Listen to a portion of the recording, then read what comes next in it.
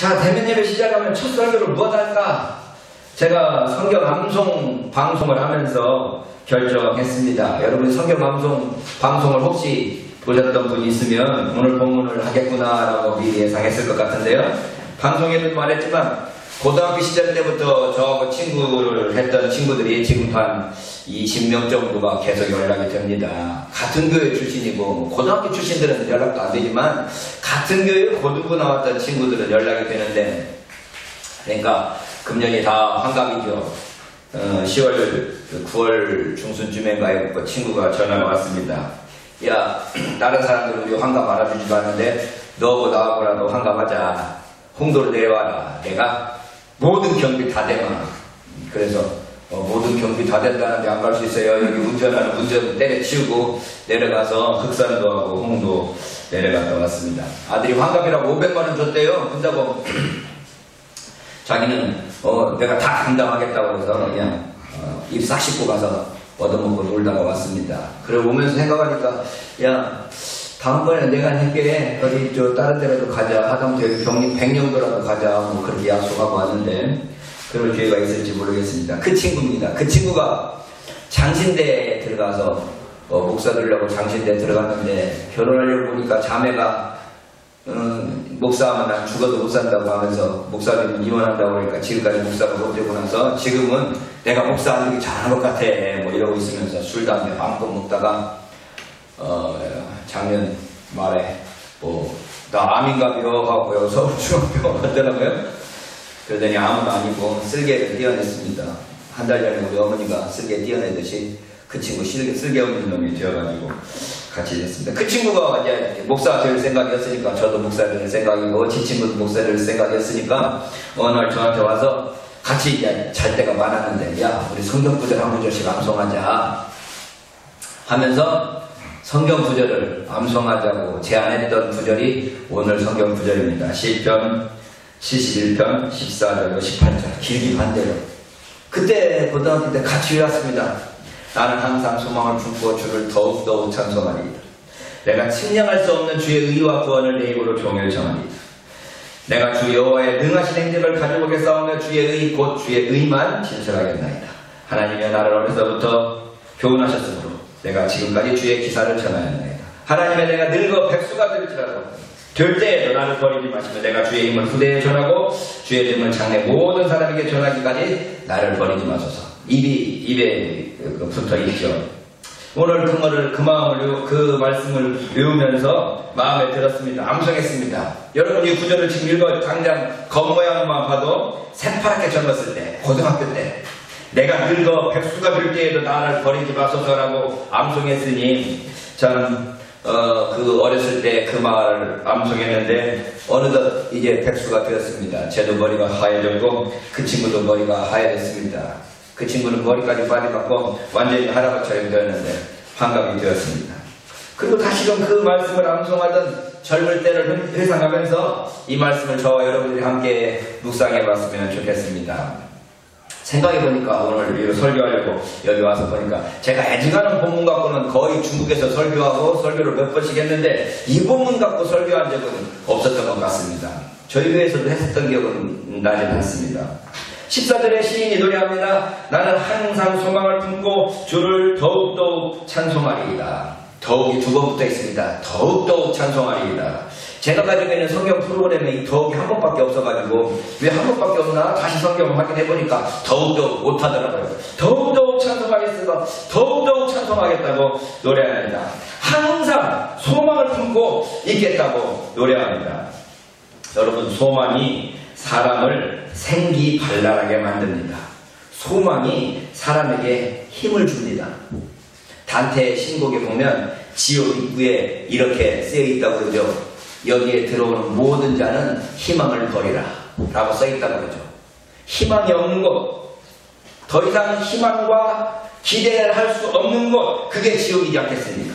그런데 사람은 동물과 다른 게 뭐냐? 미래를 예측하고 미래를 예비하면서 미래에 대한 소망으로 사는 것, 이게 사람이 동물과 다른 점 아니겠습니까? 여러분에게는 어떤 소망이 있습니까? 요즘 아이들에게 소망이 뭐예요? 라고 물어보면 빨리 마스크 벗고 싶어요 이렇게 말한다고 그래요. 여러분과 저도 빨리 마스크 벗고 싶죠?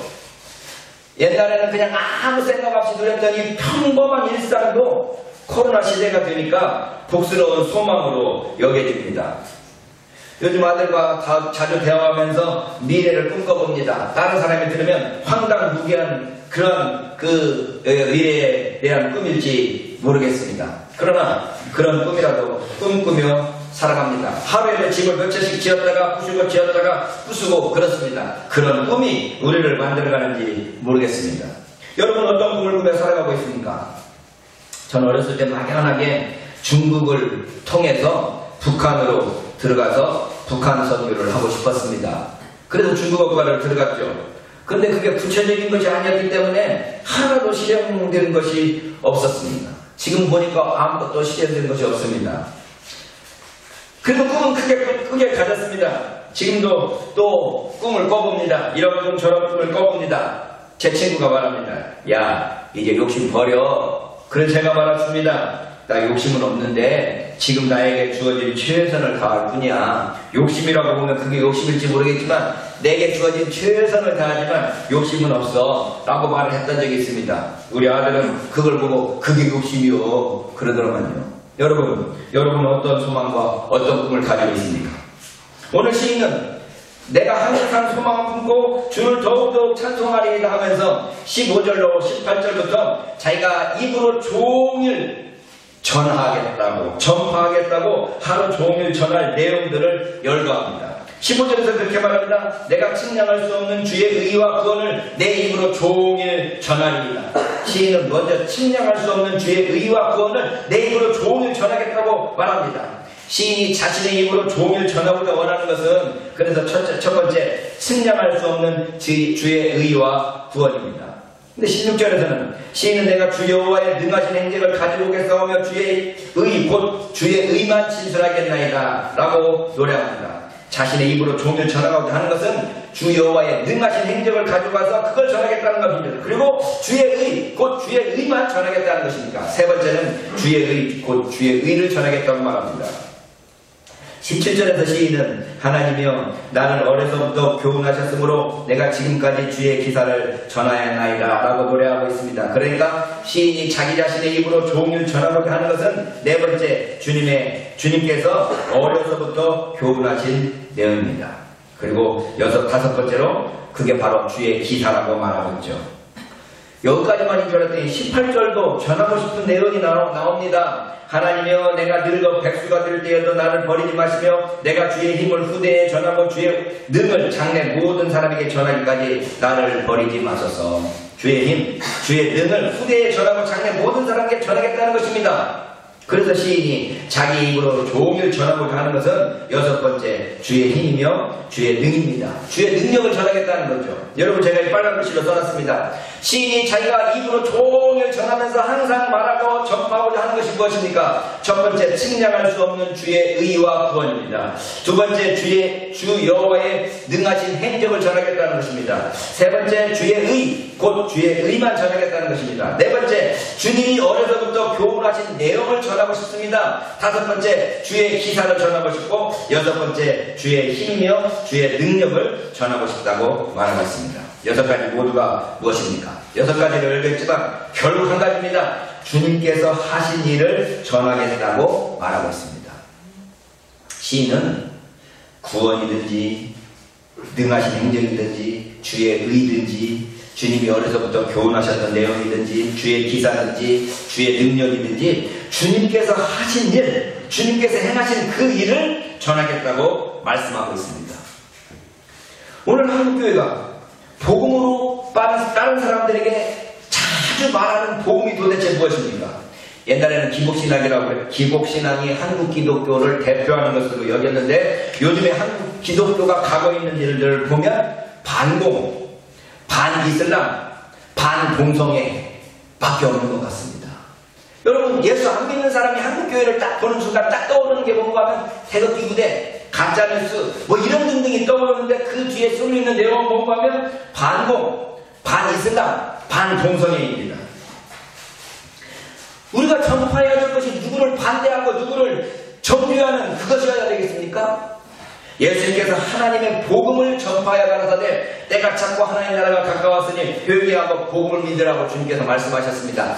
하나님 나라의 복음을 증거하고 예수 그리스도의 복음이 무엇인가 하면 회개하고 복음을 믿으면 구원을 얻는다는 그거 아니겠습니까? 그런데 한국 기독교가 반기독, 반공, 반이슬람, 반동성애 이것만 외치는 교회처럼 비춰지고 있게 되었습니다. 제가 총무로서, 교단 총무로서 총무들 모임에 갈 때마다 입을 다뭅니다. 하도 반동성애, 여러분 반동성애 사인해주세요. 여러분 반동성애 집회 나와주세요. 여러분이 차별금지법을 작성되면 안됩니다. 국회에 나가서 1인 시위하니까 와서 동참해주세요. 목사님들이 왜 그렇게밖에 할 말이 없을까요? 예수께서 선포하신 사랑의 복음, 용서의 복음, 정말 기독교가 가지고 있는 그 본질적인 색깔을 잃어버리고 왜 반공을 외치고 반이슬람을 외치고 반동성애만 외칠까요? 저 안타깝게 그지없어서 아무 소리 않고 있습니다. 그랬더니 자꾸 저를 말을 시키려고 노력을 하는데 오래됐으니까 말을 시키려고 노력하는데 제가 그러지 않습니다. 여러분 우리 기독교가 오늘 시인이 말하는 것처럼 하나님의 능하신 행정, 하나님께서 하신 일 그게 무엇입니까? 죄인들을 구원해서 하나님 나라의 영생을 얻게 하였다는 거 아니겠습니까? 근데 제가 요즘 보면 기독교가 자기 성을 써놓고 우리끼리 예수 믿으면 되고 우리끼리 깨끗하고 거룩하게 살면 되지 예수 안 믿는 것들은 안 와도 돼 이렇게 말하고 있는 건 아닌가 하는 생각들을 자주 하게 됩니다.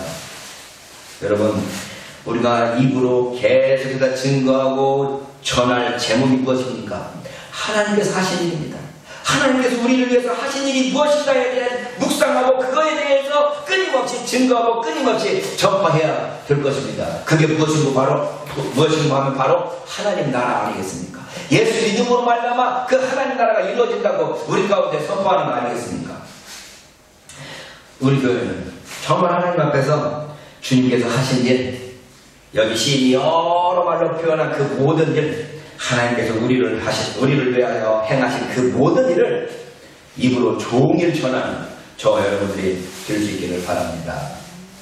저는 어렸을 때 감사하며 암송했던 구절이 17절이었습니다. 하나님이여 나를 어려서부터 교훈하셨으므로 내가 지금까지 주의 기사를 전하였나이다.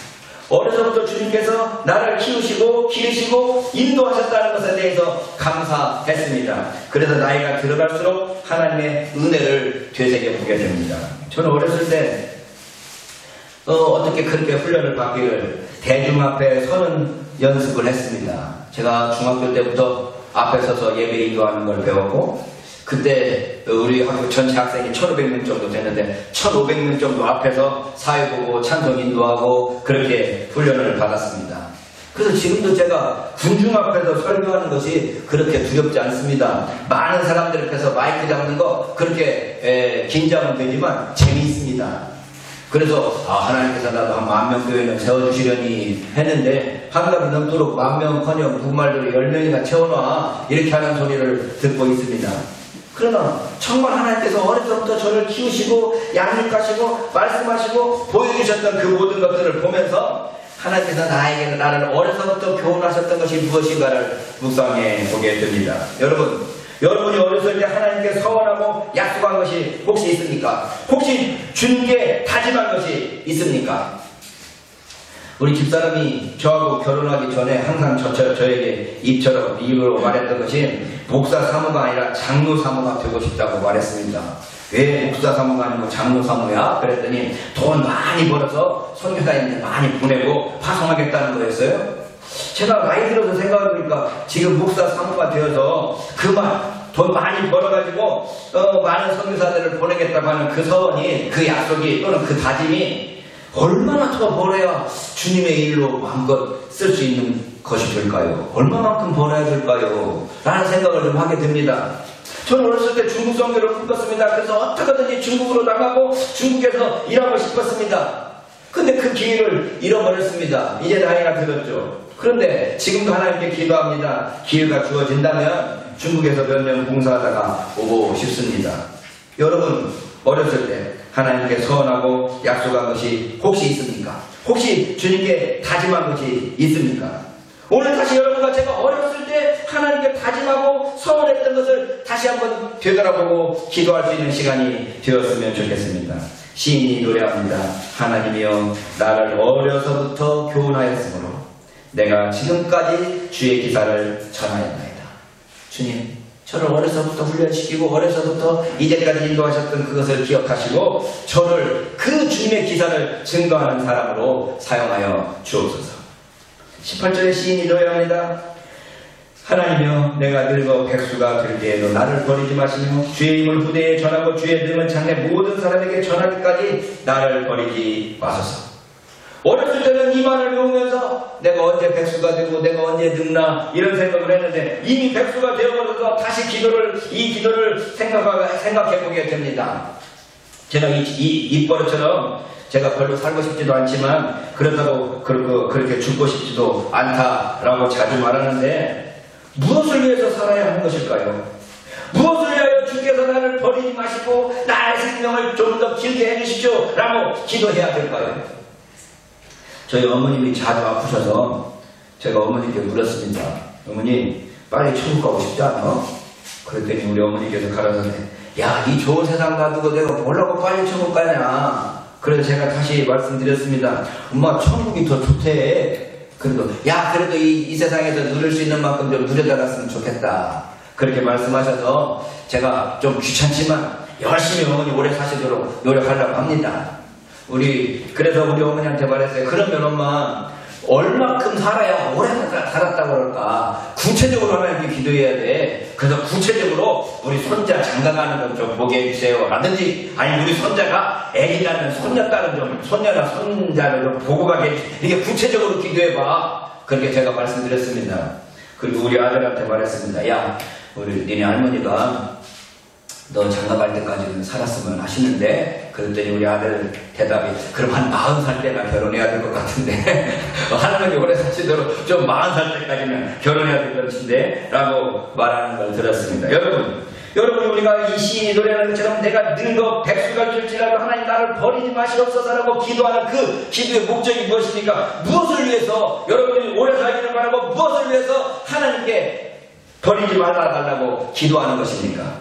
시인이 말합니다. 주의 힘을 후대에 전하고 주의 능을 장래 모든 사람에게 전하기까지 나를 버리지 말아 달라는 것입니다.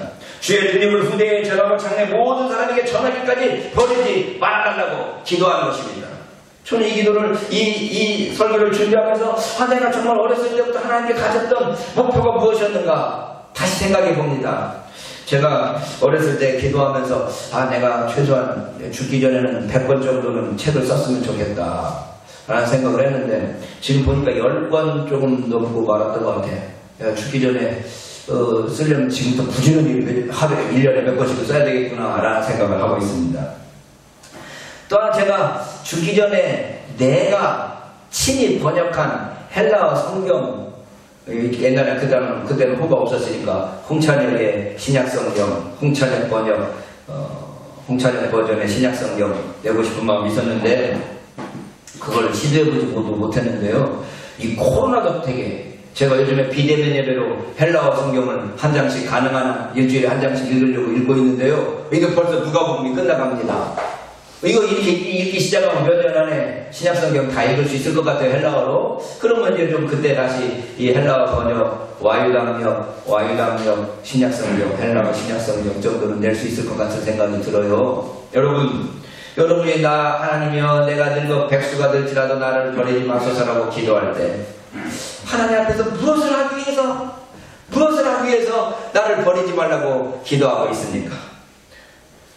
여러분 오늘 이 시를 제가 어렸을 때 외웠지만 나이 들어서 다시 한번 여러분과 제가 다시 한번 고민해보고 묵상해보기를 원합니다. 여러분 어떤 소망이 있습니까? 어떤 기도가 있습니까? 젊었을 때의 소원과 소망은 무엇이었으며 지금 나이 들어 늙었을 때의 소원과 소망은 무엇입니까? 그것을 다시금 기억하고 오늘의 서원과 소원을 하나님께 아뢰시다. 우리의 소망을 구체적으로 작성하여 기도해 봅시다. 오늘 시 본문을 다시 한번 보시기 바랍니다. 14절부터 시작하면 나는 해서 나라는 주어로 3번 반복됩니다. 나는 항상 소망을 품고 주를 더욱더 찬송하리이다. 15절 내가 측량할 수 없는 주의 의와 구원을 내 입으로 종일 전하리이다. 16절 내가 주 여호와의 능하신 행적을 가져오게 싸우며 주의 의 곧 주의 의만 진술하겠나이다. 내가 하더니 17절에 하나님이여 18절에 하나님이여 하나님에게 기도하는 기도가 지금까지 나오고 있습니다. 하나님이여 나를 어려서부터 교훈하셨으므로 내가 지금까지 주의 기사를 전하였나이다. 하나님이여 내가 늙어 백수가 될 때에도 나를 버리지 마시고 내가 주의 힘을 후대에 전하고 주의 능을 장래 모든 사람에게 전하기까지 나를 버리지 마소서. 기도하고 있습니다. 나는 3번 외치고 하나님이여 2번 외치는 이 시인의 기도를 저 여러분들이 나이 들어 다시 한번 묵상하면서 이 기도 나는 항상 소망을 품고 주를 더욱더욱 찬송하며 주님께서 나에게 주신 복음을 내 입으로 종일 전하는 사람이 되겠나이다 라고 다짐합니다. 그래서 이제 이 대면 예배가 새롭게 시작했는데 저 여러분들이 새롭게 주님께 충성하고 새 힘을 얻는 그런 계기가 되시기를 주님의 이름으로 축원합니다.